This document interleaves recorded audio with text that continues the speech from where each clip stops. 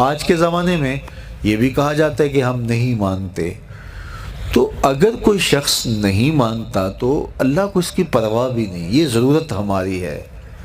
فرمایا کل ما یعبأ بکم ربی لولا دعاؤکم، اے محبوب فرما دو تم نہیں پکارو گے تو اسے بھی پرواہ نہیں ہے، ضرورت تمہاری ہے، مانگنا تم نے ہے۔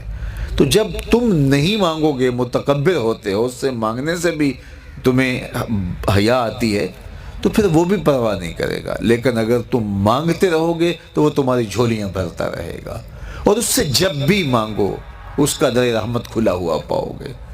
جس بھی لہجے میں مانگو وہ دینے پہ آمادہ ہوگا۔ دنیا والوں سے مانگنا ہوتا ہے تو دیکھنا پڑتا ہے کہ کس وقت مانگیں، موڈ کس وقت درست ہوگا۔ لیکن اللہ سے جب بھی مانگیں، صبح کو مانگیں، شام کو مانگیں، دوپہر کو مانگیں، پچھلے پہر دامن پھیلا کے بیٹھ جائیں۔ پھر دنیا داروں سے مانگنا ہو تو ان کی زبان میں مانگنا پڑتا ہے۔ اللہ سے اردو میں مانگیں، عربی میں مانگیں، ہندی میں مانگیں، سندھی میں مانگیں، نظم میں مانگیں، نثر میں مانگیں، اقبال کے لہجے میں مانگیں، سعدی کے انداز میں مانگیں، رومی کی طرز پہ مانگیں۔ نہیں مانگنا آتا خالی ہاتھ پھیلا دیں، وہ بند لبوں کی بولیاں بھی سنتا ہے۔ مانگے تو صحیح، دستے طلب تو دراز کریں، وہ کریم ہے۔ جب اس کے سامنے بندے ہاتھ پھیلا کے دعا مانگتے ہیں وہ خالی نہیں موڑتا۔ ان ربکم حیی کریم یستحیی من عبدہ اذا رفع یدیہ الیہ ان یردہما صفرا۔ تمہارا رب حیا کرنے والا، زندہ، سخی اور کریم ہے۔ کہا بندے جب اس کے سامنے ہاتھ پھیلا کے دعا مانگتے ہیں تو مجھے شرم آتی ہے، میں خالی ہاتھ کیسے موڑ دوں؟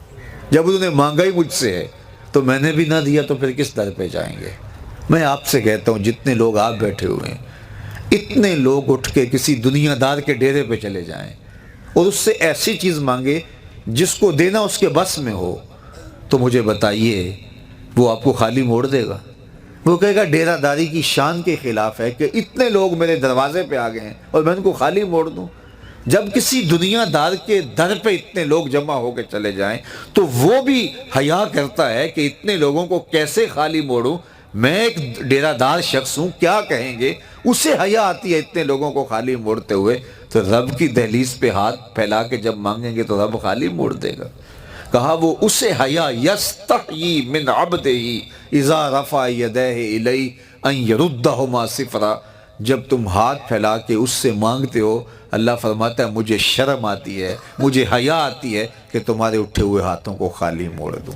اس لیے کہ اگر میں بھی نہ دیا تو کس در پہ جاؤ گے، کس چوکھٹ پہ جاؤ گے؟ تو اس سے تو مانگو، اپنے لیے بھی مانگو، اپنوں کے لیے بھی مانگو، بیگانوں کے لیے بھی مانگو، شام سپیرے دوپہر مانگو، مانگ لیا ہے پھر مانگو۔ دنیا داروں سے ایک دفعہ مانگ لیا جائے تو پھر دوسری مرتبہ مانگتے ہوئے ہم وقفہ ڈالتے ہیں، یار یہ ادھار بھی مانگا ہو تو کہتے ہیں یار اب کچھ سال کے بعد کہیں گے، وہ کہیں گے روز ہی یہ مانگ لیتا ہے، اس کی ضرورتیں پوری نہیں ہوتی۔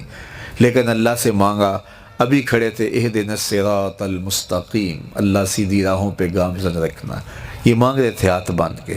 پھر تشہد میں بیٹھے تو پھر مانگنے بیٹھ کے ربنا اغفر لی ولوالدی وللمؤمنین یوم یقوم الحساب، مجھے بھی بخش دے، میرے ماں باپ کی بھی مغفرت کر دے، قیامت تک آنے والے اہل ایمان کی مغفرت کر دے۔